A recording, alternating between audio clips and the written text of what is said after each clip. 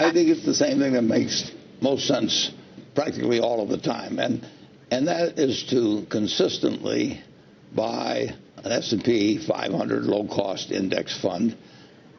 Keep buying it through thick and thin, and especially through thin, because the temptation gets, when you see bad headlines in newspapers, maybe to say, well, maybe I should skip a year or something.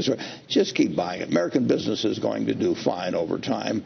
So you know the investment universe is going to do very well. The Dow Jones Industrial Average went from 66 to 11,497 in 1 century, and then since that century has ended, it's more or less doubled again. American business is going to do well.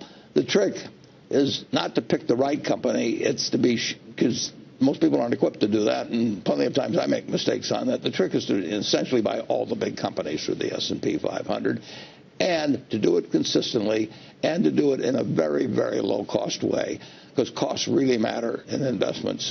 If returns are going to be 7 or 8%, and you are paying 1% for fees, that makes an enormous difference in how much money you have on retirement. At the annual meeting for Berkshire Hathaway this year, you introduced a special guest to the audience of 40,000 shareholders who were watching.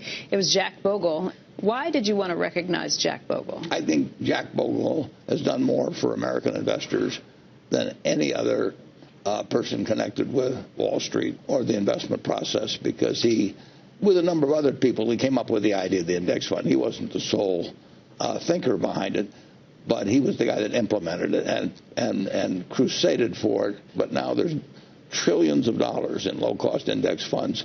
Those people are going to have better lives. They're going to have better retirements. Their kids are going to inherit more money because of Jack Bogle and his efforts.